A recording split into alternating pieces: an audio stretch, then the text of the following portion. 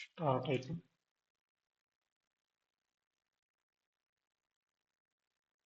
Okay. ಎಲ್ಲ ಸ್ಪರ್ಧಾ ಮಿತ್ರರಿಗೆ ನಮಸ್ಕಾರ. ಎಲ್ಲರಿಗೂ ಕೂಡ ಮತ್ತೊಮ್ಮೆ ಚಾನಲ್ಗೆ ನಿಮಗೆ ಸ್ವಾಗತ.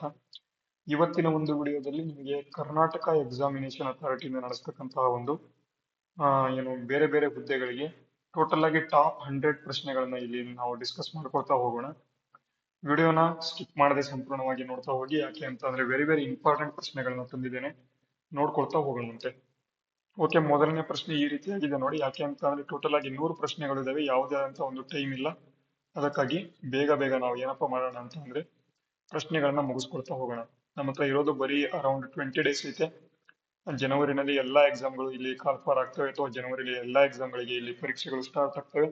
ಅವೆಲ್ಲದಕ್ಕೂ ಕೂಡ ಕರ್ನಾಟಕ ಎಕ್ಸಾಮಿನೇಷನ್ ಅಥಾರಿಟಿ ನಾವು ನಡೆಸ್ತಕ್ಕಂಥ ಎಲ್ಲಾ ಪರೀಕ್ಷೆಗಳಿಗೆ ಈ ಒಂದು ತರಗತಿ ಯೂಸ್ಫುಲ್ ಆಗ್ತದೆ.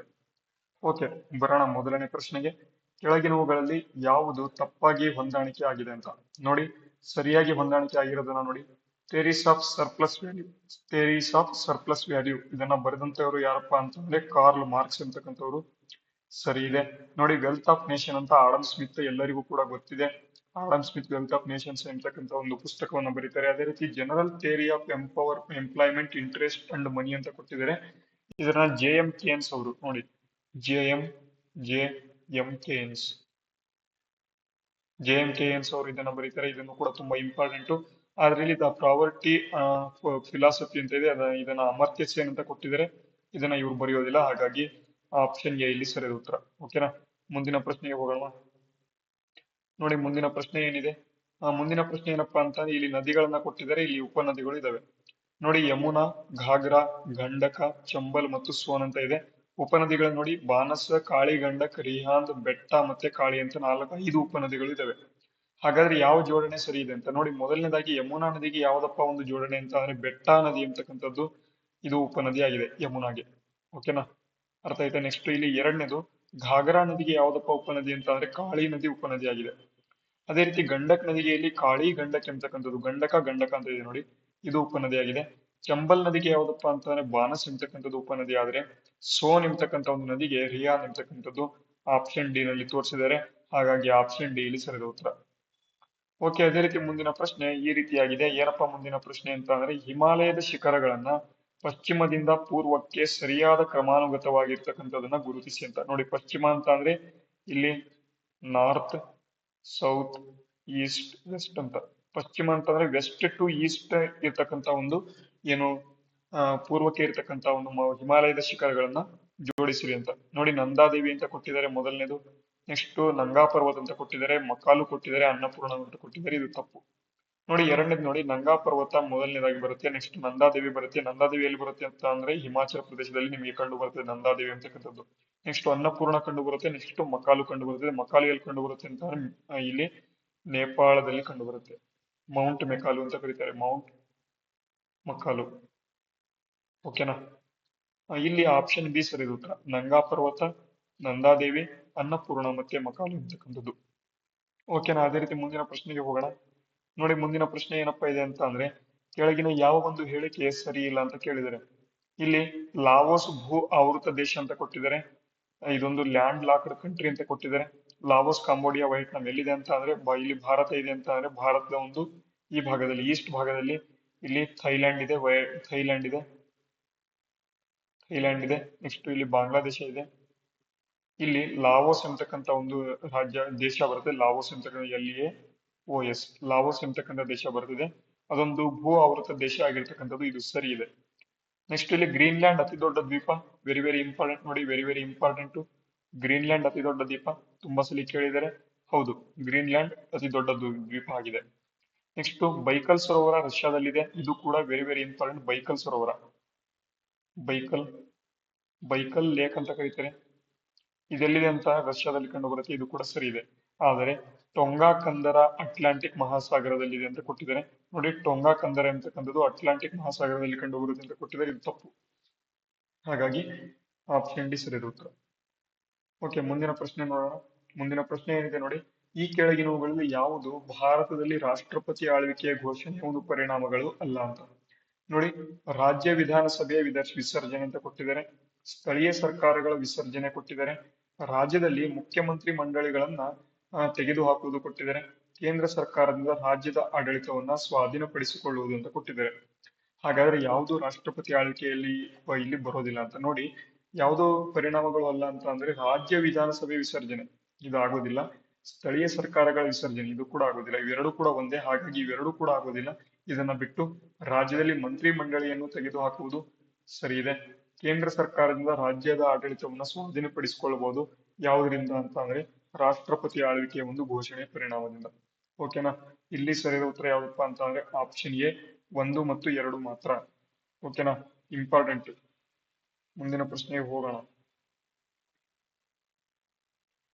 ನೋಡಿ, ವೆರಿ ವೆರಿ ಇಂಪಾರ್ಟೆಂಟ್ ಪ್ರಶ್ನೆಗಳಿದಾವೆ. ಎಲ್ಲರೂ ಕೂಡ ತಪ್ಪದೆ ಸಂಪೂರ್ಣವಾಗಿ ತರಗತಿಗಳನ್ನ ನೋಡ್ಕೊಳ್ತಾ ಹೋಗ್ಬೇಕು. ಇದರಿಂದ ಪ್ರತಿದಿನ ನಿಮಗೆ 8 ಗಂಟೆಗೆ, ರಾತ್ರಿ 8 ಗಂಟೆಗೆ 100 ಪ್ರಶ್ನೆಗಳು ಬರ್ತವೆ. 100 ಕ್ವಶನ್ಸ್ ಬರ್ತವೆ. ನೋಡ್ಕೊಳ್ತಾ ಹೋಗೋಣ.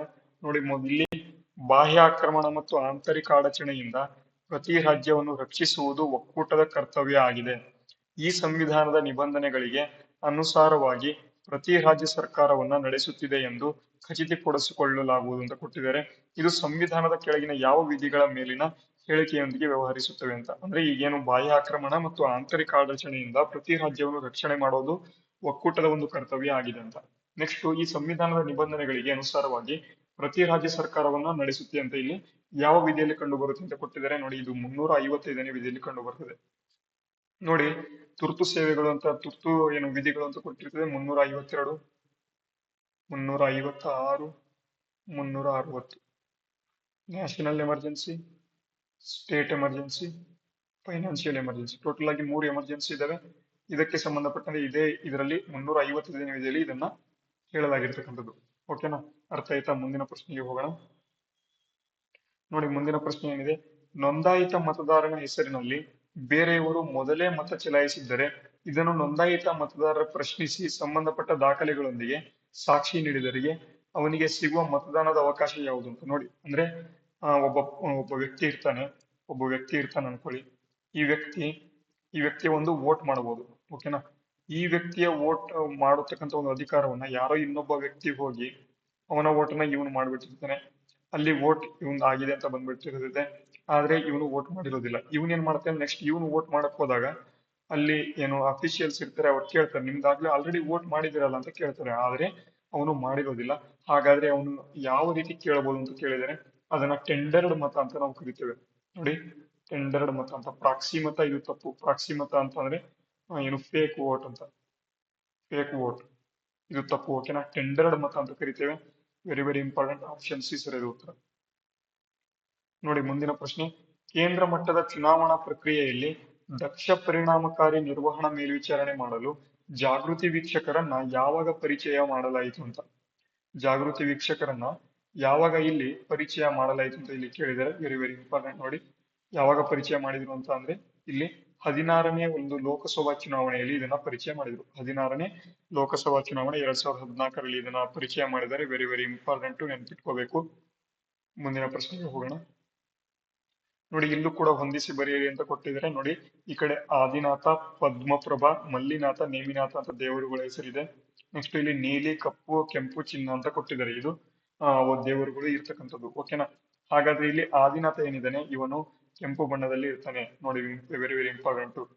ನೆಕ್ಸ್ಟ್ ಇಲ್ಲಿ ಪದ್ಮಪ್ರಭಾ ಅಂತ ಏನಿದ್ದಾರೆ ಅದು ಚಿನ್ನದಲ್ಲಿ ಇರ್ತದೆ, ಮತ್ತು ಮಲ್ಲಿನಾಥ ಎಂಬತಕ್ಕಂಥದ್ದು ನೀಲಿ ಬಣ್ಣದಾಗಿರ್ತದೆ. ಸಾರಿ, ಮಲ್ಲಿನಾಥ ನೀಲಿ ಮತ್ತು ನೇಮಿನಾಥ ಎಂಬತಕ್ಕಂಥದ್ದು ಕಪ್ಪು. ಹಾಗಾಗಿ ಆಪ್ಷನ್ ಸಿ ಇಲ್ಲಿ ಸರಿಯಾದ ಉತ್ತರ ಆಗಿದೆ. ವೆರಿ ವೆರಿ ಇಂಪಾರ್ಟೆಂಟ್ ಇದು ಕೂಡ. ಮುಂದಿನ ಪ್ರಶ್ನೆಗೆ ಹೋಗೋಣ. ನೋಡಿ, ಇಲ್ಲೂ ಕೂಡ ಏನು 3 ಜೈನ ಸಮ್ಮೇಳನಗಳು ನಡೆದ ಸ್ಥಳಗಳು ಯಾವ್ಯಾವುದು ಅಂತ. ಜೈನ ಸಮ್ಮೇಳನಗಳು ಇನ್ನು ಬೌದ್ಧ ಸಂಗೀತಿ ಅಂತ ಕರಿತೇವೆ. ಟೋಟಲ್ ಆಗಿ 4 ಬೌದ್ಧ ಸಂಗೀತಿ ಆಗ್ತದೆ, 3 ಜೈನ ಸಮ್ಮೇಳನಗಳು ಆಗ್ತವೆ. ಅವು ಯಾವ್ಯಾವುದು ಅಂತ ನೋಡಿ. ಮೊದಲನೇದು ಲುಂಬಿನಿಯಲ್ಲಿ ಆಗ್ತದೆ, ವಲ್ಲಭಿಯಲ್ಲಿ ಆಗ್ತದೆ, ಮಥುರಾದಲ್ಲಿ ಆಗ್ತದೆ. ಓಕೆನಾ? Very very important. ಆಪ್ಷನ್ ಇಲ್ಲಿ ಬಿ ಸರಿಯಾದ ಉತ್ತರ. ಆಯ್ತಾ? ಅರ್ಥ ಆಯ್ತಾ? ಆಪ್ಷನ್ ಬಿ 3 ಜೈನ ಸಮ್ಮೇಳನಗಳು ನಡೀತವೆ. ಅದಾದ ಬಳಿಕ ಬೌದ್ಧ ಸಮ್ಮೇಳನಗಳು 4 ಇರ್ತವೆ. ಅವೆಲ್ಲೆಲ್ಲಾಗಿದ್ದಾವೆ ಎಲ್ಲರೂ ಕೂಡ ನೀವು ಕಾಮೆಂಟ್ ಬಾಕ್ಸ್ ಮೂಲಕ ಕಾಮೆಂಟ್ ಕೂಡ ಮಾಡಬಹುದು. ಓಕೆ, ಮುಂದಿನ ಪ್ರಶ್ನೆಗೆ ಹೋಗೋಣ. ನೋಡಿ, ಯಾರ ನಡುವಿನ ಕಲಹವು ಜೈನ ಮತವು ಶ್ವೇತಾಂಬರ ಮತ್ತು ದಿಗಂಬರ ಪಂಥಗಳಾಗಿ ಒಡೆಯಲು ಕಾರಣವಾಯಿತು? ನೋಡಿ, ಯಾರ ನಡುವಿನ ಕಲಹವು ಜೈನ ಮತವು ಶ್ವೇತಾಂಬರ ಮತ್ತು ದಿಗಂಬರ ಪಂಥಗಳಾಗಿ ಒಡೆಯಲು ಕಾರಣ ಆಯಿತು ಅಂತ ಕೇಳಿದರೆ, ನೋಡಿ, ಭದ್ರಬಾಹು ಮತ್ತು ಸ್ಥೂಲಬಾಹು ಅಂತ.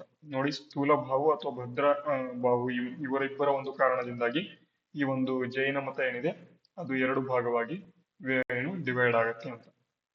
ಅದೇ ರೀತಿ ಮುಂದಿನ ಪ್ರಶ್ನೆ, ಎರಡನೇ ಬೌದ್ಧ ಸಮ್ಮೇಳನದಲ್ಲಿ ನೋಡಿ, ಎರಡನೇ ಬೌದ್ಧ ಸಮ್ಮೇಳನದಲ್ಲಿ ಬೌದ್ಧರು ಎರಡು ಪಂಥಗಳಾಗಿ ವಿಭಾಗಗೊಳ್ತಾರೆ. ಅವರುಗಳು ಯಾವ್ಯಾವುದು ಅಂತ ಕೊಟ್ಟಿದ್ದಾರೆ ನೋಡಿ.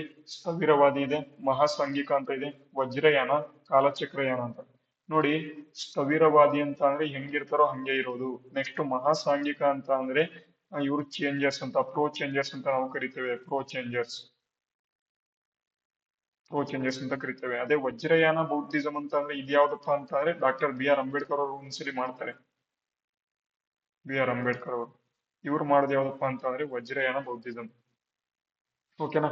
ಇಲ್ಲಿ ಯಾವ್ದು ಸರಿ ಅಂತ ಅಂದ್ರೆ ನಾವು 1 ಮತ್ತು 2, ಸ್ಥವಿರವಾದಿ ಮತ್ತೆ ಮಹಾಸಂಘಿಕರು ಅಂತ. ಓಕೆನಾ? ಮುಂದಿನ ಪ್ರಶ್ನೆಗೆ ಹೋಗೋಣ. ನೋಡಿ, ಮುಂದಿನ ಪ್ರಶ್ನೆ ಏನಪ್ಪಾ ಇದೆ ಅಂತ ಅಂದ್ರೆ, ಬುದ್ಧನ ಜ್ಞಾನೋದಯ ಪಡೆದ ಅರಳಿ ವೃಕ್ಷವನ್ನು ಯಾರ ಆದೇಶದಿಂದ ಕಡಿಯಲಾಯಿತು ಅಂತ. ಬುದ್ಧನು ಜ್ಞಾನೋದಯ ಪಡೆದಂತ ಒಂದು ಅರಳಿ ವೃಕ್ಷ ಏನಿದೆ ಅದನ್ನ ಯಾರ ಆದೇಶದಂತೆ ಕಡಿಯಲಾಯಿತು ಅಂತ ಅಂದ್ರೆ ಶಶಾಂಕನ ಆದೇಶದಂತೆ. ವೆರಿ ವೆರಿ ಇಂಪಾರ್ಟೆಂಟ್ ಪ್ರಶ್ನೆ. ನೋಡಿ, ಈ ರೀತಿಯಾಗಿ ಹಿಸ್ಟ್ರಿ ಕ್ವಶನ್ಸ್ ಗಳು ಕೇಳ್ತಾರೆ. ನೋಡಿ, ನಿಮಗೆ ಕ್ವಶನ್ ಪೇಪರ್ ಯಾವ ರೀತಿ ಇದೆ ಅಂತ ಅಂದ್ರೆ, ನಿಮಗೆ ಹಿಸ್ಟ್ರಿ ನಿಮಗೆ ಒಂದೇ ಸಲಿ ಕಂಪ್ಲೀಟ್ ಆಗಿ ಯಾವ ರೀತಿ ಆಗುತ್ತೆ ಅಂತಂದ್ರೆ ಇಲ್ಲಿ ರಿವೈಸ್ ಆಗುತ್ತೆ. ಕಂಪ್ಲೀಟ್ ಆಗಿ ರಿವೈಸ್ ಆಗ್ತದೆ. ಅದಕ್ಕಾಗಿ ತರಗತಿಗಳನ್ನ ಮಿಸ್ ಮಾಡ್ಕೊಳ್ಳದೆ ನೋಡ್ಕೊತಾ ಹೋಗಿ. ತುಂಬಾ ಯೂಸ್ಫುಲ್ ಆಗ್ತದೆ ನಿಮಗೆ ಪರೀಕ್ಷೆಯನ್ನ ಬರೆಯೋದಕ್ಕೆ. ನೋಡಿ, ಯಾವ ಬೌದ್ಧ ಪಂಥ ತಂತ್ರ ಮತ್ತು ಹಠಯೋಗವನ್ನ ನಂಬುತ್ತದೆ ಅಂತ. ಯಾವ ಬೌದ್ಧ ಪಂಥ ತಂತ್ರ ಮತ್ತು ಹಠಯೋಗವನ್ನ ನಂಬುತ್ತೆ ಅಂತ ಅಂದ್ರೆ ವಜ್ರಯಾನ ಅಂತಕ್ಕಂಥದ್ದು. ಇದನ್ನ ಯಾರು ಮಾಡ್ತಾರೆ? ಬಿ.ಆರ್. ಅಂಬೇಡ್ಕರ್. ಓಕೆನಾ? ವೆರಿ ವೆರಿ ಇಂಪಾರ್ಟೆಂಟ್ ಇದು ಕೂಡ. ಅದೇ ರೀತಿ ಮುಂದಿನ ಪ್ರಶ್ನೆ, ಆಧುನಿಕ ಆವರ್ತ ಕೋಷ್ಟಕದ ಕುರಿತು ಗುಂಪುಗಳನ್ನ ಹೊಂದಿಸಿ ಬರೆಯಿರಿ ಅಂತ ಕೊಟ್ಟಿದ್ದಾರೆ.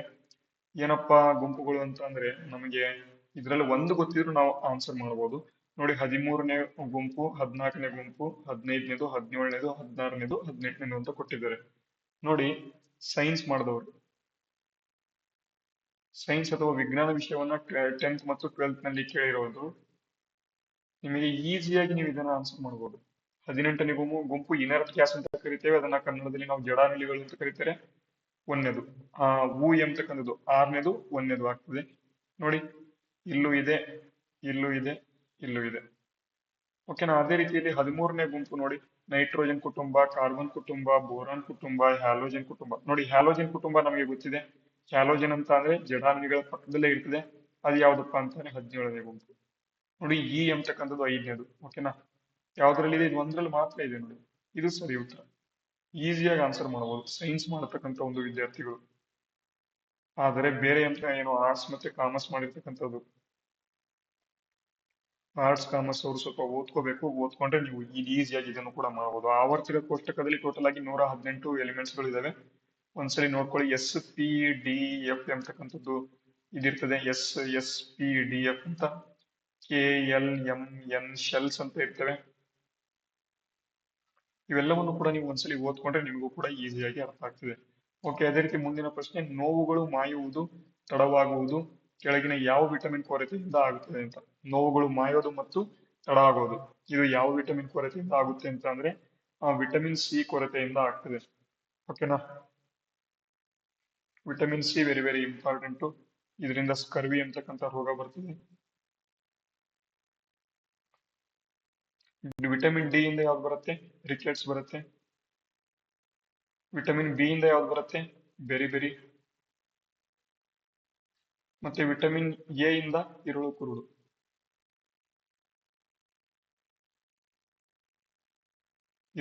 ನೈಟ್ ಬ್ಲೈಂಡ್ನೆಸ್ ಅಂತ ಕರಿತೇವೆ. ಎಲ್ಲವನ್ನು ಕೂಡ ನೆನ್ಪಿಟ್ಕೊಳ್ಳಿ. ಓಕೆ, ಮುಂದಿನ ಪ್ರಶ್ನೆಗೆ ಹೋಗೋಣ. ಓಕೆ, ಮುಂದಿನ ಪ್ರಶ್ನೆ ಏನಿದೆ ನೋಡಿ, ಈ ಕೆಳಗಿನವುಗಳಲ್ಲಿ ಯಾವುದು ಸರಿಯಾಗಿ ಹೊಂದಾಣಿಕೆ ಆಗಿಲ್ಲ ಅಂತ. ನೋಡಿ, ಡಿಸಲಿನೇಷನ್ ಅಂತ ಕೊಟ್ಟಿದ್ದಾರೆ, ಸಮುದ್ರದ ನೀರು ಅಂತ ಇದೆ. ವೆರಿ ವೆರಿ ಇಂಪಾರ್ಟೆಂಟ್, ಸರಿ ಇದೆ. ಡಿಸಲೈನೇಷನ್ ಅಂತ ಅಂದ್ರೆ ಉಪ್ಪು ನೀರನ್ನ ನಾರ್ಮಲ್ ನೀರು ಮಾಡೋದು ಡಿಸಲೈನೇಷನ್ ಅಂತ. ಓಕೆ ಸರಿ ಇದೆ.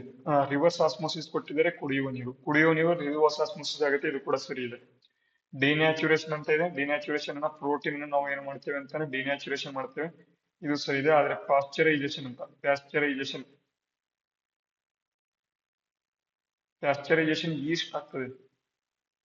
ಈಸ್ಟ್ ಆಗ್ತದೆ, ಇಲ್ಲಿ ಚಹಾ ಕೊಟ್ಟಿದ್ದಾರೆ, ಇದು ಆಗೋದಿಲ್ಲ. ಹಾಗಾಗಿ ಆಪ್ಷನ್ ಡಿ ಸರಿ ಇದೆ ಉತ್ತರ. ಅದೇ ರೀತಿ ಮುಂದಿನ ಪ್ರಶ್ನೆ ನೋಡಿ, ಕೆಳಗಿನವುಗಳಲ್ಲಿ ಯಾವುದು ಸಾಂಕ್ರಾಮಿಕ ರೋಗ ಮತ್ತು ವಿದೇಶಿ ಆಕ್ರಮಣಕಾರರ ವಿರುದ್ಧ ದೇಹವನ್ನ ರಕ್ಷಣೆ ಮಾಡುತ್ತೆ ಅಂತ. ಸಾಂಕ್ರಾಮಿಕ ರೋಗ ಮತ್ತು ವಿದೇಶಿ ಆಕ್ರಮಣಕಾರರ ವಿರುದ್ಧ ದೇಹವನ್ನ ಇಲ್ಲಿ ರಕ್ಷಣೆ ಮಾಡುತ್ತೆ ಅಂತ. ಲ್ಯೂಕೋಸೈಟ್ಸ್ ಗಳು ನೋಡಿ, ನಿಮಗೆ WBC ಅಂತ ಅಂದ್ರೆ ಈಸಿಯಾಗಿ ಆನ್ಸರ್ ಮಾಡ್ತೀರಾ, ಬಿಳಿ ರಕ್ತ ಕಣಗಳು ಅಂತ. ಅದನ್ನ ಈ ರೀತಿ ಕೊಟ್ಟರೆ ಲ್ಯೂಕೋಸೈಟ್ಸ್ ಅಂತ. ನೋಡಿ, WBC ಏನ್ ಕರೀತಾರೆ, ಲ್ಯೂಕೋಸೈಟ್ಸ್ ಅಂತ ಕರೀತಾರೆ. ಅದೇ ಇಲ್ಲಿ ರೆಡ್ ಬ್ಲಡ್ ಸೆಲ್ಸ್ ಅಥವಾ ಕೆಂಪು ರಕ್ತ ಕಣನ ಇಲ್ಲಿ ಎರಿಥ್ರೋಸೈಟ್ಸ್ ಅಂತ ಕರೀತಾರೆ. ನೋಡಿ, ಈಸಿಯಾಗಿ ಯಾವ ರೀತಿ ನೆನ್ಪಿಟ್ಕೋಬೇಕು, ಕೆಂಪು ರೆಡ್ ಆರಿದೆ, ಎರಿ ಎರಡನೇದು ಆರಿದೆ, ಎರಿಥ್ರೋಸೈಟ್ಸ್. ಇಲ್ಲೂ ಆರು ಓದ್ತೀರ, ಇಲ್ಲೂ ಆರು ಓದ್ತೀರ. ಹಾಗಾಗಿ ಇದು ಕೆಂಪು ರಕ್ತ ಕಣಗಳಿಗೆ ಸಂಬಂಧಪಟ್ಟಿದೆ. ಅದೇ ಲ್ಯೂಕೋಸೈಟ್ಸ್ ಅಲ್ಲಿ ಎಲ್ಲೂ ಕೂಡ ಆರಿಲ್ಲ, ಅದಕ್ಕಾಗಿ ಅದು ಏನಪ್ಪಾ ಅಂತಾರೆ ವೈಟ್ ಬ್ಲಡ್ ಸೆಲ್ಸ್. ಓಕೆನಾ, ಅರ್ಥ ಆಯ್ತಾ? ಮತ್ತೆ ಗಾಲ್ಗಿ ಸಂಕೀರ್ಣ ಅಂತ ಕೊಟ್ಟಿದ್ದಾರೆ, ಎಂಡೋಪ್ಲಾಸ್ಮಿಕ್ ರೆಟಿಕ್ಯುಲಮ್ ಇವಲ್ಲ. ಆಪ್ಷನ್ ಎ ಇಲ್ಲಿ ಸರಿದ ಉತ್ತರ. ಅದೇ ರೀತಿ ಮುಂದಿನ ಪ್ರಶ್ನೆ ನೋಡಿ, ಹೊಂದಿಸಿ ಬರೆಯಿರಿ ಅಂತ ಕೊಟ್ಟಿದ್ದಾರೆ, ಕಾಯ್ದೆಗಳು ಮತ್ತು ವರ್ಷ ಕೊಟ್ಟಿದ್ದಾರೆ. ನೋಡಿ, ಜಲ ಅಂತ ಕೊಟ್ಟಿದ್ದಾರೆ, ಮಾಲಿನ್ಯ ತಡೆ ಮತ್ತು ನಿಯಂತ್ರಣ ಕಾಯ್ದೆ ಜಲ ಕಾಯ್ದೆ ಅಂತ ಕೊಟ್ಟಿದ್ದಾರೆ. ವಾಯು ಮಾಲಿನ್ಯ ವಾಯು ಕಾಯ್ದೆ ಅಂತ ಕೊಟ್ಟಿದ್ದಾರೆ, ಮಾಲಿನ್ಯ ತಡೆ ಮತ್ತು ನಿಯಂತ್ರಣ ಕಾಯ್ದೆ. ನ್ಯಾಷನಲ್ ಗ್ರೀನ್ ಹೈಡ್ರೋಜನ್ ಮಿಷನ್ ಅಂತ ಕೊಟ್ಟಿದ್ದಾರೆ, ನ್ಯಾಷನಲ್ ಹಸಿರು ನ್ಯಾಯ ಮಂಡಳಿ ಅಂತ ಕೊಟ್ಟಿದ್ದಾರೆ. ವನ್ಯಜೀವಿ ರಕ್ಷಣಾ ಕಾಯ್ದೆ, ನಮಗೆ ಒಂದು ಗೊತ್ತಿದೆ, ವನ್ಯಜೀವಿ ರಕ್ಷಣಾ ಕಾಯ್ದೆ ನಾವು ತುಂಬಾ ಸಲ ಓದಿರ್ತೇವೆ, 1972 ಅಂತ. ಅದನ್ನ ನೋಡ್ಕೊಂಡು ನಾವು ಆನ್ಸರ್ ಮಾಡೋಣ.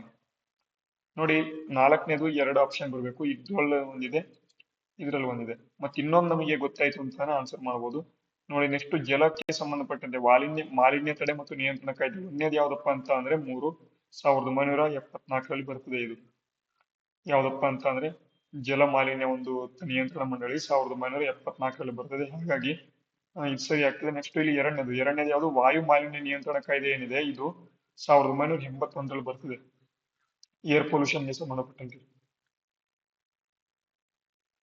ಓಕೆನಾ. ನೆಕ್ಸ್ಟ್ ರಾಷ್ಟ್ರೀಯ ಹಸಿರು ನ್ಯಾಯ ಮಂಡಳಿ ಏನಿದೆ, ಅದು 2010ರಲ್ಲಿ ಬರ್ತದೆ. ಓಕೆನಾ. ಹಾಗಾಗಿ ಆಪ್ಷನ್ ಇಲ್ಲಿ ಏನಪ್ಪಾ ಅಂತ ಅಂದ್ರೆ ಡಿ ಸರಿ ಉತ್ತರ. ನೆನ್ಪಿಟ್ಕೊಳ್ಳಿ, ಪಕ್ಕಾ ಪ್ರಶ್ನೆಗಳು. ಇದನ್ನ ನೆನ್ಪಿಟ್ಕೋಬೇಕಂತ ಇಲ್ಲ, ನೀವು ಒಂದ್ಸಲಿ ನಾವು ತರಗತಿಗಳನ್ನು ನೋಡಿದ್ರೆ ನಿಮಗೆ ನೆನಪಾಗ್ತದೆ. ನಿಮಗೆ ಪ್ರಶ್ನೆಗಳು ಈಸಿಯಾಗಿ ನೀವು ನಿಮ್ಮ ಒಂದು ಪರೀಕ್ಷೆನ ಬರಿತಾ ಇರ್ತೀರ, ಅಲ್ಲಿ ನಿಮಗೆ ಯೂಸ್ಫುಲ್ ಆಗ್ತವೆ. ನೋಡಿ, ಯಾರ್ಯಾರ ತರಗತಿಗಳನ್ನ ನೋಡ್ತಾ ಇರೋ ಎಲ್ಲರೂ ಕೂಡ ತರಗತಿಗಳನ್ನ ಯೂಸ್ಫುಲ್ ಮಾಡ್ಕೋಬೇಕು. ಯಾಕೆ ಅಂತ ಅಂದ್ರೆ ನಾವೇ ತರಗತಿಗಳನ್ನ ಮಾಡ್ತಾ ಇದ್ದೇವೆ. ನಾವು ಟೋಟಲ್ ಆಗಿ 10 to 6 ವರ್ಕ್ ಮಾಡ್ಕೊಂಡು ಅಲ್ಲಿಂದ ಬಂದು 100 ಪ್ರಶ್ನೆಗಳಿಗೆ ನಿಮಗೆ ಕ್ವಶನ್ಸ್ ಮತ್ತೆ ಆನ್ಸರ್ಸ್ ಎಲ್ಲವನ್ನು ಕೂಡ ನಿಮಗೆ KE ರೂಪದಲ್ಲಿ, KE ಏನು ಪರೀಕ್ಷೆ ಮಾಡ್ತೇವೆ ಆ ರೂಪದಲ್ಲಿ ನಿಮಗೆ ತರಗತಿಗಳನ್ನ ಕೊಡ್ತಾ ಇದ್ದೇವೆ ಅಂತ ಅಂದ್ರೆ ನೀವು ದಿನಕ್ಕೆ ಒಂದು ಅರೌಂಡ್ 40 ಮಿನಿಟ್ಸ್ ತರಗತಿಗಳನ್ನ ನೋಡೋದಕ್ಕೆ ಆಗೋಲ್ವಾ?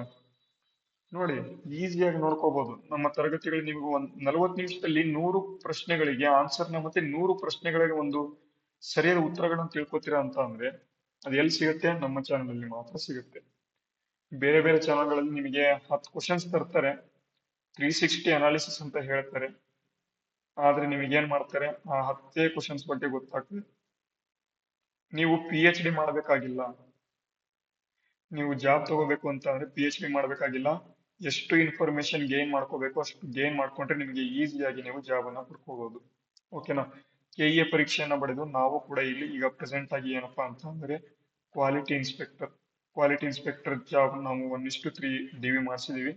ಇನ್ನೂ ಕೂಡ ಬಂದಿಲ್ಲ ಅದರ ಫೈನಲ್ ರಿಸಲ್ಟ್. ಅದಕ್ಕೂ ಕೂಡ ಕಾಯ್ತೀವಿ. ಪ್ರೆಸೆಂಟ್ ಆಗಿ ನಾನು ಕೂಡ ಇಲ್ಲಿ ವರ್ಕ್ ಮಾಡ್ಕೊಳ್ತಾನೆ ವರ್ಕ್ ಮಾಡ್ತಾ ಇದ್ದೀನಿ. ಎಲ್ಲಿ ಅಂತಾನೆ ಕರ್ನಾಟಕ ಗ್ರಾಮೀಣ ಬ್ಯಾಂಕಿನಲ್ಲಿ ಆಸ್ ಎ ಕ್ಲರ್ಕ್ ಆಗಿ ವರ್ಕ್ ಮಾಡ್ತಿದ್ದೇನೆ.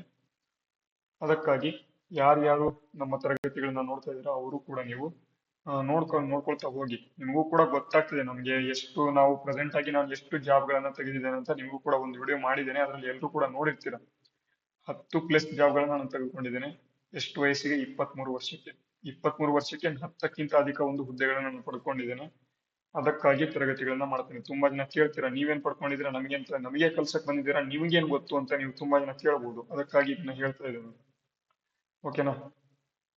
ವಿದ್ಯಾರ್ಥಿಗಳು ಇದು ಇಲ್ಲಿ ತನಕ ನೋಡಿರ್ತಕ್ಕಂಥ ಎಲ್ಲಾ ವಿದ್ಯಾರ್ಥಿಗಳು ನೀವು ಕಾಮೆಂಟ್ ಬಾಕ್ಸ್ ಮೂಲಕ ಬೇಕಾದ್ರೆ ನಿಮ್ಮ ಒಂದು ಏನಾದ್ರು ಇತ್ತು ಅಂತ ನೀವು ಕಾಮೆಂಟ್ ಮಾಡಿ ಬೇಕಾದ್ರೆ ಮಾತಾಡೋಣ.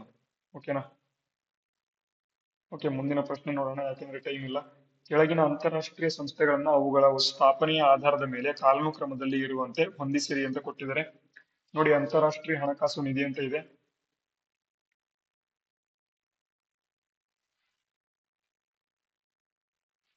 ಓಕೆ, ಅಂತಾರಾಷ್ಟ್ರೀಯ ಹಣಕಾಸು ನಿಧಿ ಇದೆ ನೋಡಿ. IMF ಅಂತ ಕೊಟ್ಟಿದ್ದಾರೆ. ನೆಕ್ಸ್ಟ್ ವರ್ಲ್ಡ್ ಬ್ಯಾಂಕ್ ಅಂತ ಕೊಟ್ಟಿದ್ದಾರೆ. ಏಷ್ಯನ್ ಅಭಿವೃದ್ಧಿ ಬ್ಯಾಂಕ್ ಅಂತ ಕೊಟ್ಟಿದ್ದಾರೆ. ನ್ಯೂ ಡೆವಲಪ್ಮೆಂಟ್ ಬ್ಯಾಂಕ್ ಅಂತ ಕೊಟ್ಟಿದ್ದಾರೆ. ನೋಡಿ, ವಿಶ್ವ ಬ್ಯಾಂಕ್ ಏನಿದೆ 1920ರಲ್ಲಿ ಬರ್ತದೆ. ಮೊದಲನೇದಿದು ನೋಡಿ, ವಿಶ್ವ ಬ್ಯಾಂಕ್ ಮೊದಲು.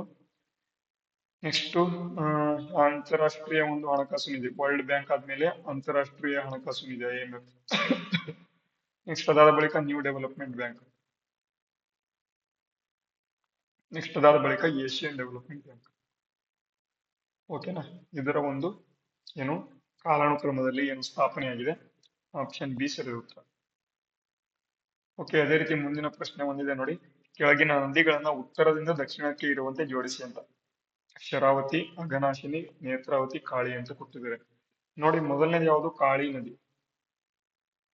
ಇದು ಏನು ನಮ್ಮ ಕೃಷ್ಣಾ ನದಿ ಉಪನದಿ. ಓಕೆನಾ? ಕಾಳಿ ನದಿ ಆದ್ಮೇಲೆ ನೆಕ್ಸ್ಟ್ ಯಾವ್ದು ಬರುತ್ತೆ? ಅಘನಾಶಿನಿ, ತುಂಗಭದ್ರಾ ನದಿಗೆ ಬರುತ್ತಿದೆ. ನೆಕ್ಸ್ಟ್ ಇಲ್ಲಿ ಮೂರನೇದು ಯಾವ್ದು ಬರುತ್ತೆ? ಶರಾವತಿ. ಇದು ನೇತ್ರಾವತಿ, ಶರಾವತಿ ಇವೆಲ್ಲವೂ ಕೂಡ ನೆನ್ಪಿಟ್ಕೋಬೇಕು. ನೆಕ್ಸ್ಟ್ ಇಲ್ಲಿ ನಾಲ್ಕನೇದು ಯಾವ್ದು ಬರುತ್ತೆ? ನೇತ್ರಾವತಿ ಅಂತಕ್ಕಂಥದ್ದು. ಹಾಗಾಗಿ ಆಪ್ಷನ್ ಡಿ ನೋಡಿ, 4, 2, 1, 3. ಮೊದಲನೇದು ಯಾವುದು? ಕಾಳಿ ನದಿ. ನೆಕ್ಸ್ಟ್ ಇಲ್ಲಿ ಅಘನಾಶಿನಿ. ನೆಕ್ಸ್ಟ್ ಇಲ್ಲಿ ಒಂದನೇದು ಶರಾವತಿ ನದಿ. ನೆಕ್ಸ್ಟ್ ನೇತ್ರಾವತಿ ನದಿ. ಓಕೆನಾ? ಅರ್ಥ ಆಯ್ತಾ? ಮುಂದಿನ ಪ್ರಶ್ನೆಗೆ ಹೋಗೋಣ. ಓಕೆ, ಇಲ್ಲಿ ನೋಡಿ, ವೆರಿ ವೆರಿ ಇಂಪಾರ್ಟೆಂಟ್, ಜಿಯೋಗ್ರಫಿಗೆ ಸಂಬಂಧಪಟ್ಟಂತೆ ನೋಡಿ. ಕೆಳಗಿನ ಯಾವ ಜೋಡಿಗಳು ಸರಿಯಾಗಿ ಹೊಂದಾಣಿಕೆ ಆಗಿದಾವೆ ಅಂತ ನೋಡಿ. 6 ಡಿಗ್ರಿ ಚಾನಲ್ ಅಂತ ಕೊಟ್ಟಿದ್ದಾರೆ, ಇಂದಿರಾ ಪಾಯಿಂಟ್ ಮತ್ತು ಇಂಡೋನೇಷ್ಯಾ ಅಂತ ಕೊಟ್ಟಿದ್ದಾರೆ. ಇದು ಅಲ್ಲ. 9 ಡಿಗ್ರಿ ಚಾನಲ್ ಕೊಟ್ಟಿದ್ದಾರೆ, ಮಾಲ್ಡೀವ್ಸ್ ಮತ್ತು ಮಿನಿಕಾಯ್. ಸಾರಿ, ಇದು ಹೌದು. ಇದು 6 ಡಿಗ್ರಿ ಚಾನಲ್ ಏನಿದೆ ಇಂದಿರಾ ಪಾಯಿಂಟ್ ಮತ್ತು ಇಂಡೋನೇಷ್ಯಾದ ನಡುವೆ ಬರ್ತದೆ. ಇದು ಹೌದು, ಹಾಗಾಗಿ ಇದು ಸರಿ ಇದೆ. 9 ಡಿಗ್ರಿ ಚಾನಲ್ ಅಂತ ಕೊಟ್ಟಿದ್ದಾರೆ, ಮಾಲ್ಡೀವ್ಸ್ ಮತ್ತು ಮಿನಿಕಾಯ್ ಅಂತ ಕೊಟ್ಟಿದ್ದಾರೆ. ಇದು ಅಲ್ಲ. 10 ಡಿಗ್ರಿ ಚಾನಲ್ ಲಕ್ಷದ್ವೀಪ ಮಿನಿಕಾಯ್ ಕೊಟ್ಟಿದ್ದಾರೆ. ಇದು ಕೂಡ ಅಲ್ಲ. 10 ಡಿಗ್ರಿ ಚಾನಲ್ ಅಂತ ಕೊಟ್ಟಿದ್ದಾರೆ, ಅಂಡಮಾನ್ ಮತ್ತು ನಿಕೋಬಾರ್. ಇದು ಸರಿ. ಅದೇ 9 ಡಿಗ್ರಿ ಚಾನಲ್ ಎಲ್ಲಿ ಬರುತ್ತೆ? ಅಂಡಮಾನ್ ನಲ್ಲಿ. ಮತ್ತೆ ಅಂಡಮಾನ್ ದ್ವೀಪದಲ್ಲಿ ಏನು ನಾರ್ತ್ ಅಂಡಮಾನ್ ಮತ್ತೆ ಇಲ್ಲಿ ಸೌತ್ ಅಂಡಮಾನ್, ಈ ರೀತಿಯಾಗಿ 9 ಡಿಗ್ರಿ ಚಾನಲ್ ಬರ್ತದೆ. ಹಾಗಾಗಿ ಮಾಲ್ಡೀವ್ಸ್ ಮತ್ತು ಮಿನಿಕಾಯ್ ಬರಲ್ಲ. ಓಕೆನಾ? ಆಪ್ಷನ್ ಸಿ 1 ಮತ್ತು 4 ಸರಿ ಇದಾವೆ. ಇದೊಂದು ಮತ್ತೆ ಇದೊಂದು, ಇದು ಕೂಡ ತಪ್ಪು. 6 ಡಿಗ್ರಿ ಚಾನಲ್ ಯಾವ್ದು ಬರುತ್ತೆ ಅಂತ ಅಂದ್ರೆ ಇಂದಿರಾ ಪಾಯಿಂಟ್ ಮತ್ತು ಇಂಡೋನೇಷ್ಯಾದ ನಡುವೆ ಬರ್ತದೆ. 10 ಡಿಗ್ರಿ ಚಾನಲ್ ಏನಿದೆ ಅಂಡಮಾನ್ ಮತ್ತು ನಿಕೋಬಾರ್ ನಡುವೆ ಬರ್ತದೆ. ಓಕೆ, ಮುಂದಿನ ಪ್ರಶ್ನೆಗೆ ಹೋಗೋಣ. ನೋಡಿ, ಮುಂದಿನ ಪ್ರಶ್ನೆ ಏನಿದೆ? ಕೆಳಗೆ ಕಣಿವೆಗಳು ಮತ್ತು ಅವುಗಳಿಗೆ ಇರ್ತಕ್ಕಂಥ ಒಂದು ಪರ್ವತ ಶ್ರೇಣಿ ಜೋಡಿ ನೀಡಲಾಗಿದ್ದು ಸರಿಯಾದ ಹೊಂದಾಣಿಕೆ ಇರ್ತಕ್ಕಂಥದನ್ನ ಆಯ್ಕೆ ಮಾಡಿ ಅಂತ. ನೋಡಿ, ಜೋಜಿಲಾ ಪಾಸ್ ಅಂತ ಕೊಟ್ಟಿದ್ದಾರೆ ಪರ್ವತ ಶ್ರೇಣಿಗಳು, ಮತ್ತು ಇದು ಗ್ರೇಟ್ಸ್ ಹಿಮಾಲಯದಲ್ಲಿ ಕಂಡು ಬರುತ್ತೆ ಅಂತ ಕೊಟ್ಟಿದ್ದಾರೆ. ಘೋಟು ಅಥವಾ ಫೋಟುಲಾ ಅಂತ ಕೊಟ್ಟಿದ್ದಾರೆ, ಜಾಸ್ಕರ್ ಕೊಟ್ಟಿದ್ದಾರೆ. ಬನಿಹಾಲ್ ಪಾಸ್ ಅಂತ ಕೊಟ್ಟಿದ್ದಾರೆ, ಇದು ಪೀರ್ ಪಂಜಾಲ್ ಅಂತ ಕೊಟ್ಟಿದ್ದಾರೆ. ಮೂರು ಕೂಡ ಸರಿ ಇದಾವೆ. ಜೋಜಿಲಾ ಗ್ರೇಟ್ ಹಿಮಾಲಯದಲ್ಲಿ ಕಂಡು ಬರುತ್ತೆ, ಫೋಟುಲಾ ಜಾಸ್ಕರ್ ಅಲ್ಲಿ ಕಂಡು ಬರ್ತದೆ, ಮತ್ತೆ ಬನಿಹಾಲ್ ಅಂತಕ್ಕಂಥದ್ದು ಪೀರ್ ಪಂಜಾಲ್ ನಲ್ಲಿ ಕಂಡು ಬರ್ತದೆ. ಹಾಗಾಗಿ 1, 2, 3 ಮೂರು ಕೂಡ ಸರಿ ಇದಾವೆ. ಆಯ್ತಾ? ಓಕೆ, ಮುಂದಿನ ಪ್ರಶ್ನೆ ನೋಡಿ. ಅಪ್ಪೆನೈನ್ಸ್ ಪರ್ವತಗಳು ಅಂತ ಕೊಟ್ಟಿದ್ದಾರೆ. ನೋಡಿ, ಇಲ್ಲೂ ಕೂಡ ಜೋಡಿಗಳನ್ನ ಪರಿಗಣಿಸಿ ಕೊಟ್ಟಿದ್ದಾರೆ. ಅಪ್ಪನೈನ್ಸ್ ಪರ್ವತಗಳು ಇಟಲಿಯಲ್ಲಿ ಇದಾವಂತೆ. ಉರಲ್ ಪರ್ವತಗಳು ರಷ್ಯಾದಲ್ಲಿದ್ದಾವೆ, ನಮಗೂ ಕೂಡ ಗೊತ್ತಿದೆ. ಕಾಕೇಸಸ್ ಮೌಂಟೇನ್ಸ್ ಇದು ರಷ್ಯಾದಲ್ಲಿದೆ, ನಮಗೂ ಕೂಡ ಗೊತ್ತಿದೆ. ಪೆರನೀಸ್ ಪರ್ವತಗಳು ಜರ್ಮನಿ ಅಂತ ಕೊಟ್ಟಿದ್ದಾರೆ. ಇದು ಕೂಡ ತಪ್ಪು. ಇದು ಪೆರನೀಸ್ ಪರ್ವತಗಳು ಜರ್ಮನಿಯಲ್ಲಿಲ್ಲ. ಹಾಗಾಗಿ ಅಪ್ಪನೈನ್ಸ್ ಪರ್ವತಗಳು ಕೂಡ ಇದು ಇಟಲಿಯಲ್ಲಿದೆ. ಇವು ಮೂರು ಕೂಡ ಸರಿ, ಇದು ತಪ್ಪು. ಓಕೆನಾ? ಆಪ್ಷನ್ ಸಿ ಸರಿ ಉತ್ತರ. ನೋಡಿ, ಸಂವಿಧಾನಕ್ಕೆ ಸಂಬಂಧಪಟ್ಟಂತೆ ಹೇಳಿಕೆಗಳನ್ನ ಗಮನಿಸಿ ಕೊಟ್ಟಿದ್ದಾರೆ. ರಾಜ್ಯ ತನಗಾಗಿ ಆಯ್ಕೆ ಮಾಡಿಕೊಂಡಿರ್ತಕ್ಕಂಥ ಜೀವನ ವಿಧಾನವೇ ಸಂವಿಧಾನ ಅಂತ ಕೊಟ್ಟಿದೆ. ಇದನ್ನು ಅರಿಸ್ಟಾಟಲ್ ಅವರು ಹೇಳಿದ್ರು ಅಂತ. ಮತ್ತೆ ಎರಡನೇದು, ಸರ್ಕಾರದ ರಚನೆಯೇ ಸಂವಿಧಾನ ಅಂತ ಕೊಟ್ಟಿದೆ. ಇದನ್ನು ಜಾನ್ ಲಾಕ್ ಅವರು ಹೇಳಿದ್ರು ಅಂತ. ಮೂರನೇದು, ಸರ್ವೋಚ್ಚ ಸರ್ಕಾರದ ರಚನೆಯನ್ನ ನಿರ್ದೇಶಿಸುವ ನಿಯಮಾವಳಿಗಳಿಗೆ ಸಂವಿಧಾನ ಅಂತ ಕೊಟ್ಟಿದ್ದಾರೆ. ಇದನ್ನ ಜಾನ್ ಆಸ್ಟಿನ್ ಅವರು ಹೇಳಿದ್ದಾರೆ ಅಂತ ಇಲ್ಲಿ ಮೂರನೇದು. ಇದರಲ್ಲಿ ಯಾವ ಹೇಳಿಕೆಗಳು ಸರಿಯಾಗಿದ್ದಾವೆ ಅಂತ ಕೊಟ್ಟಿದ್ದಾರೆ? ಮೂರು ಕೂಡ ಸರಿ. ಅಂದ್ರೆ ರಾಜ್ಯ ತನಗಾಗಿ ಆಯ್ಕೆ ಮಾಡಿಕೊಂಡಿರ್ತಕ್ಕಂಥ ಜೀವನ ವಿಧಾನವನ್ನ ನಾವು ಸಂವಿಧಾನ ಅಂತ ಕರಿತೇವೆ ಅಂತ ಇದನ್ನ ಅರಿಸ್ಟಾಟಲ್ ಅವರು ಹೇಳ್ತಾರೆ. ಸರ್ಕಾರದ ರಚನೆ ಸಂವಿಧಾನ ಮತ್ತು ಜಾನ್ ಲಾಕ್ಸ್ ಇದನ್ನ ಜಾನ್ ಲಾಕ್ ಅವ್ರು ಹೇಳಿದ್ದಾರೆ ಅಂತ ಕೂಡ ಇವ್ರು ಹೇಳ್ತಾರೆ. ಸರ್ವೋಚ್ಚ ಸರ್ಕಾರದ ರಚನೆಯನ್ನ ನಿರ್ದೇಶಿಸುವ ನಿಯಮಾವಳಿಗಳೇ ಸಂವಿಧಾನ ಅಂತ ಇಲ್ಲಿ ಜಾನ್ ಆಸ್ಟಿನ್ ಅವ್ರು ಹೇಳ್ತಾರೆ. ಇದು ಕೂಡ ಸರಿ ಇದೆ. ಹಾಗಾಗಿ ಆಪ್ಷನ್ ಡಿ ಸರಿ ಇದೆ ಉತ್ತರ. ಓಕೆನಾ. ಮುಂದಿನ ಪ್ರಶ್ನೆ ನೋಡೋಣ. ನೋಡಿ, ಸಂವಿಧಾನಕ್ಕೆ ಸಂಬಂಧಪಟ್ಟಂತೆ ನಿಮಗೆ ಈಗಾಗಲೇ ಹಿಸ್ಟ್ರಿ ಆಯ್ತು, ಜಿಯೋಗ್ರಫಿ ಆಯ್ತು, ಈಗ ಸಂವಿಧಾನಕ್ಕೆ ಸಂಬಂಧಪಟ್ಟಂತೆ ನಾವು ನೋಡ್ಕೊಳ್ತಾ ಹೋಗೋಣ. ಸಂವಿಧಾನ ಕರಡು ಸಭೆ ಕುರಿತು ಹೇಳಿಕೆಗಳನ್ನ ಗಮನಿಸಿ ಅಂತ ಕೊಟ್ಟಿದ್ದಾರೆ. ನೋಡಿ, ಇದು ಆಗಸ್ಟ್ 29, 1947ರಂದು ಅಸ್ತಿತ್ವಕ್ಕೆ ಬಂದಿತು ಅಂತ ಕೊಟ್ಟಿದ್ದಾರೆ. ನೆಕ್ಸ್ಟ್ ಎರಡನೇದು, ಅಂಬೇಡ್ಕರ್ ಅಧ್ಯಕ್ಷತೆಯಲ್ಲಿ 6 ಜನರನ್ನು ಒಳಗೊಂಡ ಸಮಿತಿ ಆಗಿತ್ತು ಅಂತ ಕೊಟ್ಟಿದ್ದಾರೆ. ಮೂರನೇದು, BL ಮಿತ್ತಲ್ ಮತ್ತು DP ಖೇಟಾನ್ ರವರ ಮರಣದಿಂದ ತೆರವಾದ ಸ್ಥಾನಕ್ಕೆ TT ಕೃಷ್ಣಮಾಚಾರಿ ಮತ್ತು N ಮಾಧವರಾವ್ ರವರು ನೇಮಕಗೊಂಡರು ಅಂತ ಕೊಟ್ಟಿದ್ದಾರೆ. ನಾಲ್ಕನೇದು, ಫೆಬ್ರವರಿ 23, 1948ರಲ್ಲಿ ಏನು ಮೊದಲ ಕರಡು ಸಿದ್ಧತೆಗೊಂಡು ಇದೆ. 315 ವಿಧಿಗಳು ಮತ್ತು 8 ಅನುಸೂಚಿಗಳು ಹೊಂದಿತ್ತು ಅಂತ ಕೊಟ್ಟಿದ್ದಾರೆ. ಮತ್ತೆ ಕೊನೆಯದಾಗಿ ಇದರ ಮೊದಲ ಸಭೆ ಏನಿದೆ ಆಗಸ್ಟ್ 30, 1947ರಂದು ನಡೆಯಿತು ಅಂತ ಕೊಟ್ಟಿದ್ದಾರೆ. ಹಾಗಾದ್ರೆ ಇಲ್ಲಿ ಏನ್ ಕೇಳಿದರೆ ಸರಿ ಯಾವುದು ಅಂತ ಕೇಳಿದರೆ ಇಲ್ಲಿ ಎರಡನೇದ್ ಬಿಟ್ರೆ ಎಲ್ಲವೂ ಕೂಡ ಸರಿ. ಎರಡನೇದೇನಿದೆ, ಅಂಬೇಡ್ಕರ್ ಅಧ್ಯಕ್ಷತೆಯಲ್ಲಿ 6 ಜನರನ್ನು ಒಳಗೊಂಡ ಸಮಿತಿ ಆಗಿತ್ತು ಅಂತ ಏನ್ ಕೊಟ್ಟಿದ್ದಾರೆ, ಇದು ತಪ್ಪಿದು. 6 ಜನ ಅಲ್ಲ, ಜಾಸ್ತಿ ಜನ ಇದ್ರು, ಹಾಗಾಗಿ ಇದು ತಪ್ಪಿದು. ಅದನ್ನ ಬಿಟ್ಟು 1, 3, 4, 5 ಇವೆಲ್ಲವೂ ಕೂಡ ಸರಿಯಾಗಿದ್ದಾವೆ. ಹಾಗಾಗಿ ಆಪ್ಷನ್ ಬಿ ಸರಿಯಾದ ಉತ್ತರ. ಓಕೆ, ಅದೇ ರೀತಿ ಮುಂದಿನ ಪ್ರಶ್ನೆ ನೋಡೋಣ.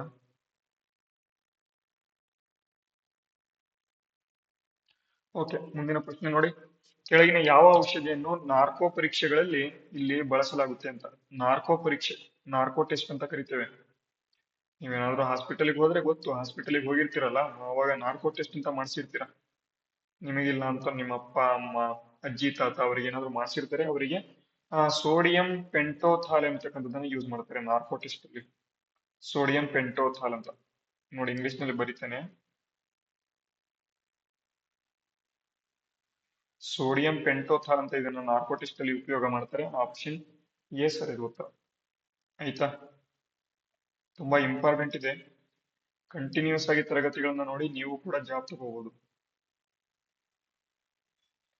ಓಕೆ, ಮುಂದಿನ ಪ್ರಶ್ನೆ ನೋಡಿ, ಆ ಕೆಳಗಿನ ಸಂವಿಧಾನಗಳನ್ನು ಮತ್ತು ಅವುಗಳಿಗೆ ಹೊಂದಿರತಕ್ಕಂಥ ಒಂದು ವಿಧಗಳ ಅನುಸಾರವಾಗಿ ಸರಿಯಾದ ಏರಿಕೆ ಕ್ರಮ ಯಾವುದು ಅಂತ.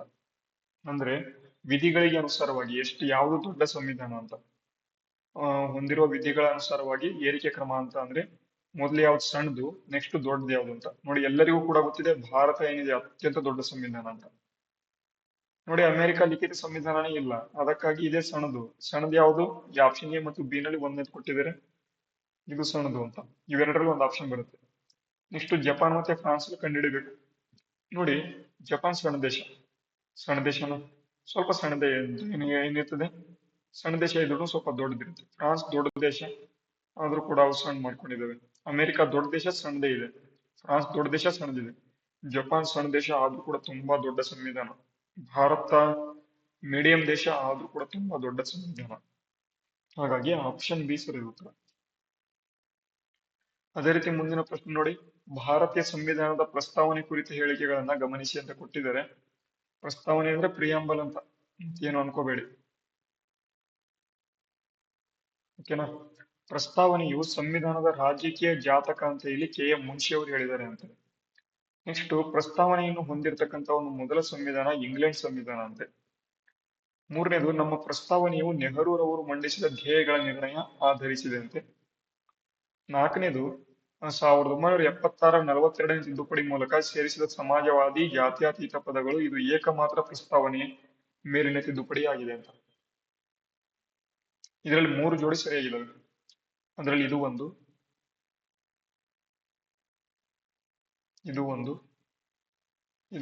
ಇದು ತಪ್ಪಿದು.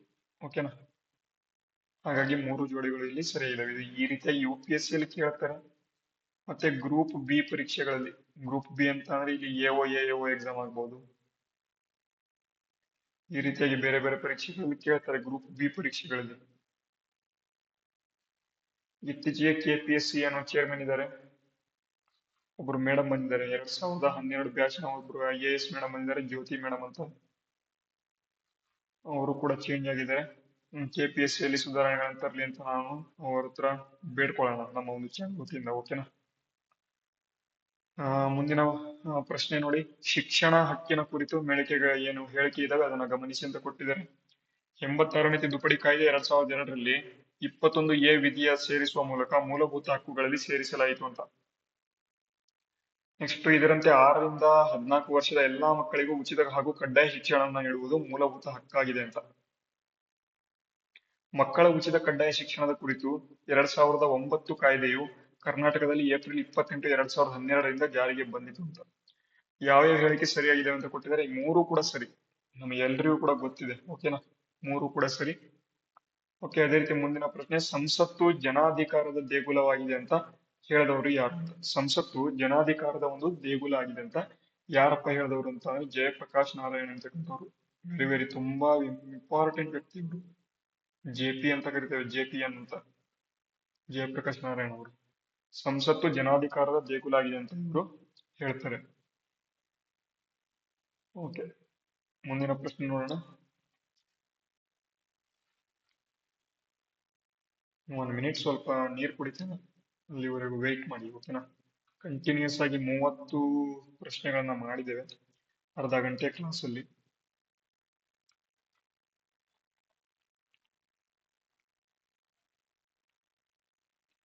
ನೋಡಿ, ಇದುವರೆಗೂ ಯಾರ್ಯಾರು ನೋಡಿದಿರ, ಇಲ್ಲಿವರೆಗೂ ಕ್ಲಾಸ್ ಯಾರ್ಯಾರು ನೋಡಿದಿರ, ಎಲ್ರಿಗೂ ಕೂಡ ಹ್ಯಾಟ್ಸಪ್ ಹೇಳಕ್ ಇಷ್ಟಪಡ್ತೇನೆ. ಯಾಕೆ ಅಂತ ಯಾರು ಕೂಡ 30ರಿಂದ 40 ನಿಮಿಷ ಯಾರು ಕ್ಲಾಸ್ ನೋಡ್ತಾನೆ ಇಲ್ಲ ಇವಾಗ.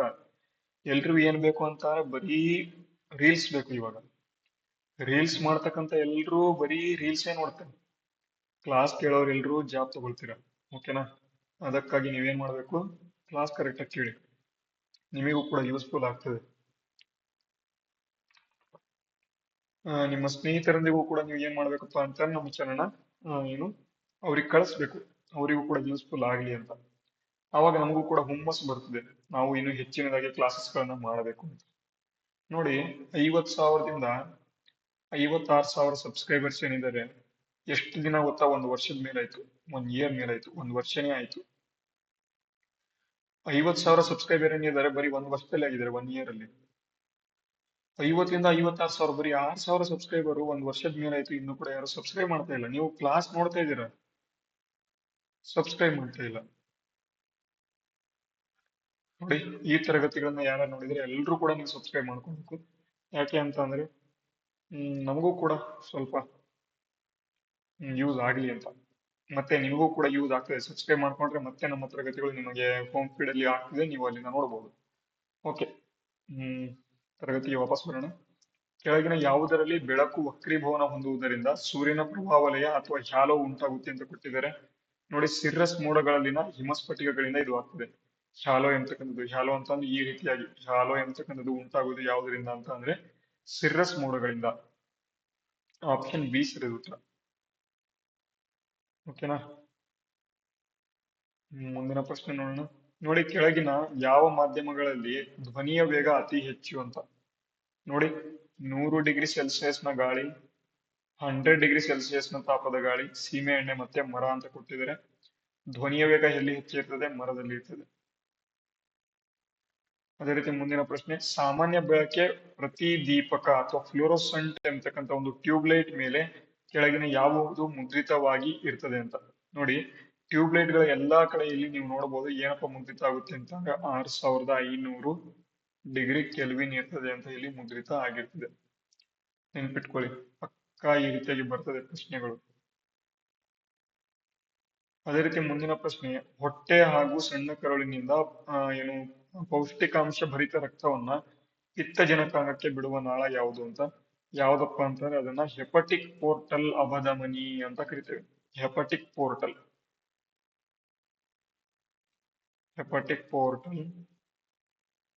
ಅಪಧಮನಿ ಅಂತ ಕರೀತಾರೆ.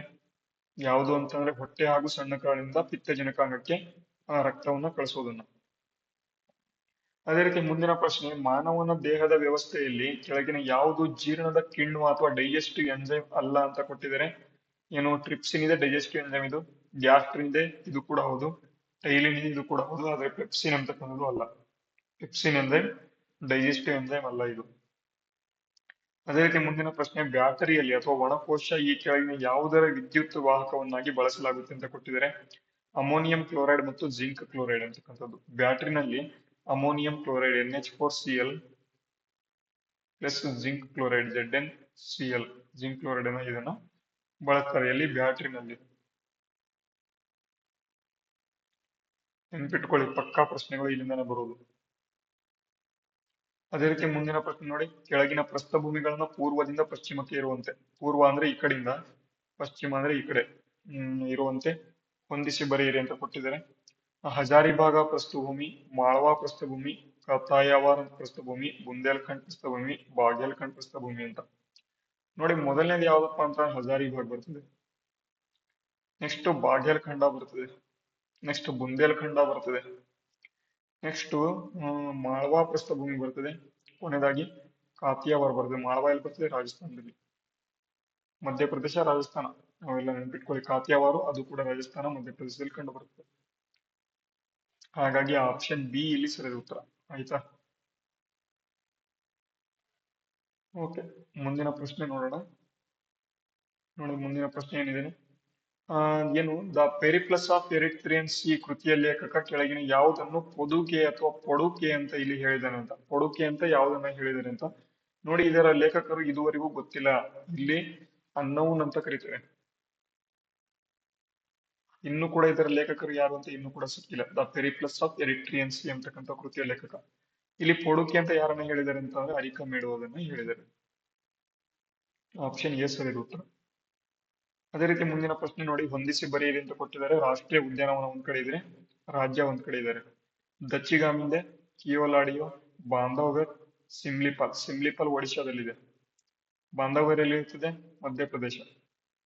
ಕಿಯೋಲಾಡಿಯೋ ಎಲ್ಲಿರ್ತದೆ ನೋಡಿ, ಕಿಯೋಲಾಡಿಯೋ ಎಲ್ಲಿರ್ಬೋದು? ಆನ್ಸರ್ ಮಾಡಿ ನೋಡೋಣ. ಕಿಯೋಲಾಡಿಯೋ ಇದು ರಾಜಸ್ಥಾನದಲ್ಲಿ ಕಂಡು ಬರುತ್ತೆ. ದಚ್ಚಿಗಾಮ್ ಜಮ್ಮು ಕಾಶ್ಮೀರದಲ್ಲಿ ಕಂಡು ಬರುತ್ತೆ. ಹಾಗಾಗಿ ಆಪ್ಷನ್ ಎ ಸರಿ ಉತ್ತರ. ಓಕೆನಾ. ಮುಂದಿನ ಪ್ರಶ್ನೆ ನೋಡೋಣ. ಕೆಳಗಿನ ಯಾವ ಒಂದು ಆಫ್ರಿಕಾ ರಾಷ್ಟ್ರಗಳ ಒಂದು ಇದರ ಮೇಲೆ ಕರ್ನಾಟಕ ಒಂದು ಸಂಕ್ರಾಂತಿ ವೃತ್ತ ಹಾದು ಹೋಗಿದೆ ಅಂತ. Mauritania, Mali, Algeria, Libya, Egypt, Sudan, Eritrea ಅಂತ. ನೋಡು, ಇಲ್ಲಿ ಸೂಡಾನ್ ಮತ್ತೆ ಎರಿಟ್ರಿಯಾ ಈ ಎರಡು ದೇಶಗಳನ್ನ ಬಿಟ್ಟು ಮಾರಿಷನಿಯಾ, ಮಾಲಿ ಆಯ್ತು, ಅಲ್ಜೀರಿಯಾ ಆಯ್ತು, ಲಿಬಿಯಾ ಆಯ್ತು, ಈಜಿಪ್ಟ್ ಆಯ್ತು, ಎಲ್ಲದರ ಮೇಲೆ ಹಾದು ಹೋಗಿದೆ. ಹಾಗಾಗಿ ಆಪ್ಷನ್ ಬಿ ಸರಿಯಾದ ಉತ್ತರ.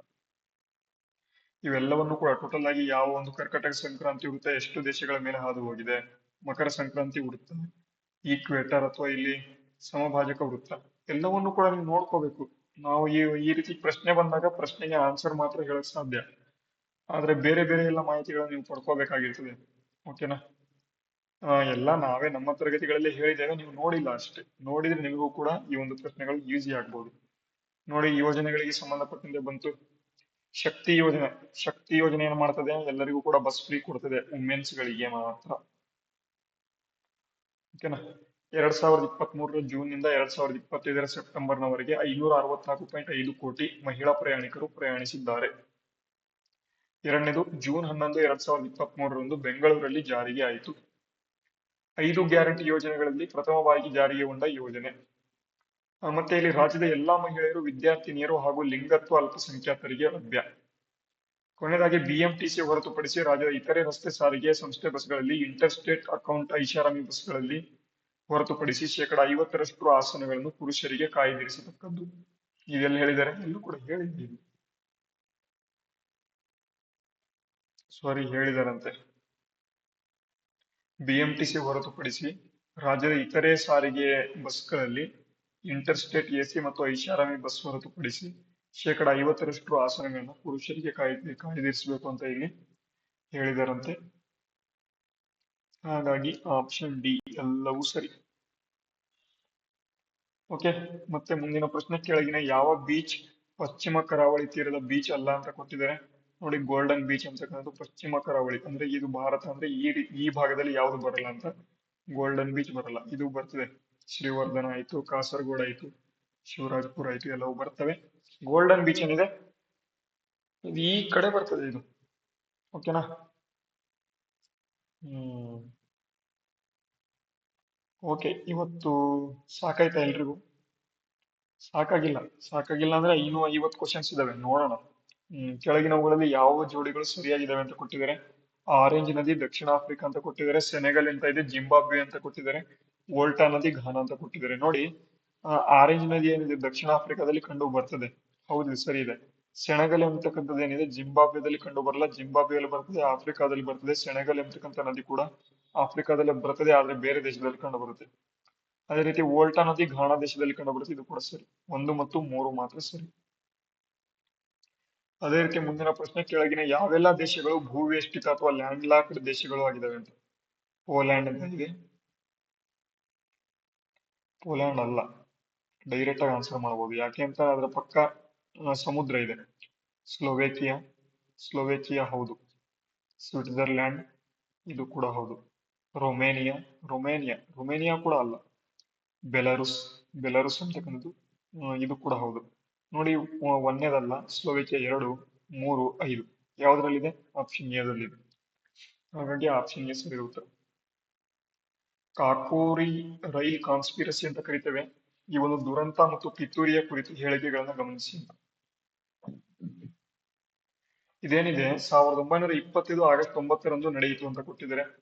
ಶಹಜನಾಪುರದಿಂದ ಲಕ್ನೋಗೆ ಪ್ರಯಾಣಿಸುತ್ತಿದ್ದ ರೈಲನ್ನು ಹಿಂದೂಸ್ತಾನ್ ರಿಪಬ್ಲಿಕ್ ಅಸೋಸಿಯೇಷನ್ ನ ಕ್ರಾಂತಿಕಾರಿಗಳು ಲೂಟಿ ಮಾಡಿದ್ರು ಅಂತ ಕೊಟ್ಟಿದ್ದಾರೆ. ರಾಮ್ ಪ್ರಸಾದ್ ಬಿಸ್ಮಿಲ್ಲಾ, ರಾಜೇಂದ್ರ ಲಾಹಿರಿ ಮತ್ತು ರೋಷನ್ ಅಸ್ಫಾಕುಲ್ಲಾ ಖಾನ್ ರವರಿಗೆ ಈ ಪಿತೂರಿ ಪ್ರಕರಣದಡಿಯಲ್ಲಿ ಗಲ್ಲು ಶಿಕ್ಷೆ ಆಯಿತು ಅಂತ. 3 ಕೂಡ ಸರಿ ಇದಾವೆ. Modern India.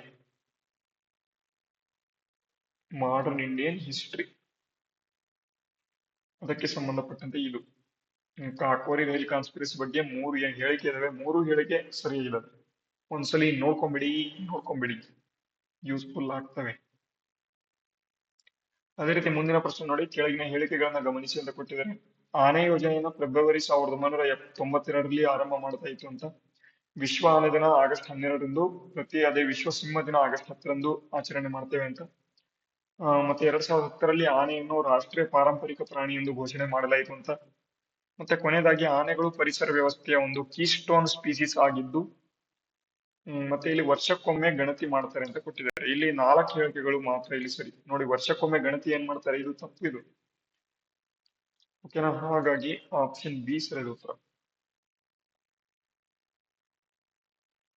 ಓಕೆ, ಮುಂದಿನ ಪ್ರಶ್ನೆಗೆ ಹೋಗೋಣ. ಟೋಟಲ್ ಇವತ್ತಿನ ತರಗತಿಯಲ್ಲಿ ನಾವು ಒಂದು 50 ಪ್ರಶ್ನೆ ನೋಡೋಣ, ಮುಂದಿನ ತರಗತಿಯಲ್ಲಿ ಒಂದು 50 ನೋಡೋಣ. ಯಾಕೆಂದ್ರೆ ಈಗಾಗಲೇ ಅರೌಂಡ್ 40 ಮಿನಿಟ್ಸ್ ಆಯ್ತು. ತುಂಬಾ ಜನ ಬಿಟ್ಟು ಕೂಡ ಹೋಗಿರ್ತಾರೆ ಕ್ಲಾಸಸ್ ಗಳನ್ನ. ಯಾಕೆಂದ್ರೆ 50ರಿಂದ 100 ಕ್ವಶನ್ಸ್ ಏನಿದಾವೆ, ವೆರಿ ವೆರಿ ಇಂಪಾರ್ಟೆಂಟ್ ಕ್ವಶನ್ಸ್ ಇವು. ನಾಳೆ ಬರ್ತಕ್ಕಂಥ ತರಗತಿ ತುಂಬಾ ಇಂಪಾರ್ಟೆಂಟ್ ಇರ್ತದೆ. ಅದಕ್ಕಾಗಿ ಡಾರ್ಡನೆಲ್ಲೆಸ್ ಜಲಸಂಧಿ ಕೆಳಗಿನ ಯಾವುದರ ಒಂದು ನಡುವೆ ಇದೆ ಅಂತ ಕೊಟ್ಟಿದ್ದಾರೆ. ನೋಡಿ, ಏಜಿಯನ್ ಸಮುದ್ರ ಮತ್ತು ಮರ್ಮರ ಸಮುದ್ರಕ್ಕೆ ಸಂಪರ್ಕ ಕೊಡ್ತಕ್ಕಂಥದ್ದು ಯಾವ್ದಪ್ಪ ಅಂತ ಅಂದ್ರೆ ಡಾರ್ಡನೆಲ್ಲೆಸ್ ಜಲಸಂಧಿ ಅಂತಕ್ಕಂಥದ್ದು, ಸಿ ಆಫ್ ಮರ್ಮರ.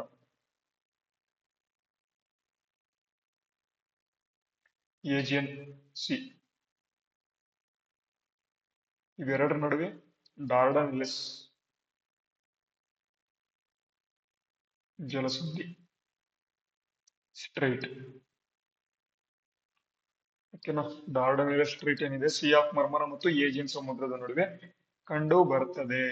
ಅದೇ ರೀತಿ ಮುಂದಿನ ಪ್ರಶ್ನೆ, ಕೆಳಗಿನ ಜಾನಪದ ಸಂಗೀತ ಅಥವಾ ಗೀತೆ ನೀಡಿದ್ದು ತಪ್ಪಾದ ಜೋಡಣೆಯನ್ನು ಗುರುತಿಸಿ ಅಂತ ಕೊಟ್ಟಿದ್ದಾರೆ. ನೋಡಿ, ಸೋಹಾರ್ ಅಂತ ಇದೆ, ಉತ್ತರ ಪ್ರದೇಶ ಬಿಹಾರ ಸರಿ ಇದೆ. ಜಾಕ್ರಿ ಅಂತ ಇದೆ, ಕಾಶ್ಮೀರದಲ್ಲಿ ಕಂಡು ಬರ್ತದೆ, ಇದು ಕೂಡ ಸರಿ. ಪವೋಡ ಅಂತ ಕೊಟ್ಟಿದ್ದಾರೆ, ಮಹಾರಾಷ್ಟ್ರ ಅಂತ ಕೊಟ್ಟಿದ್ದಾರೆ, ಇದು ಕೂಡ ಸರಿ. ಆದ್ರೆ ಬಾವೋಲ್ ಅಂತ ಕೊಟ್ಟಿದ್ದಾರೆ, ಗುಜರಾತ್ ನಲ್ಲಿ ಕಂಡು ಬರಲ್ಲ ಇದು. ಹಾಗಾಗಿ ಆಪ್ಷನ್ ಡಿ ಸರಿ ಉತ್ತರ. ಅದೇ ರೀತಿ ಕೊನೆಯ ಪ್ರಶ್ನೆ ನೋಡೋಣ.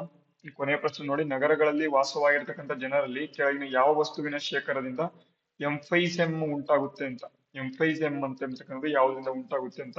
ನೋಡಿ, ಇದು ಪಾರ್ಟಿಕ್ಯುಲೇಟ್ ಮ್ಯಾಟರ್ ಇಂದ. ಪಾರ್ಟಿಕ್ಯುಲೇಟ್ ಮ್ಯಾಟರ್, ಪಾರ್ಟಿಕ್ಯುಲೇಟ್ ಅಲ್ಲ, ಪಾರ್ಟಿಕ್ಯುಲೇಟ್ ಮ್ಯಾಟರ್, ಇದನ್ನು ಬರ್ಕೊಳ್ಳಿ, ಪಾರ್ಟಿಕ್ಯುಲೇಟ್ ಮ್ಯಾಟರ್ ಅಂತ.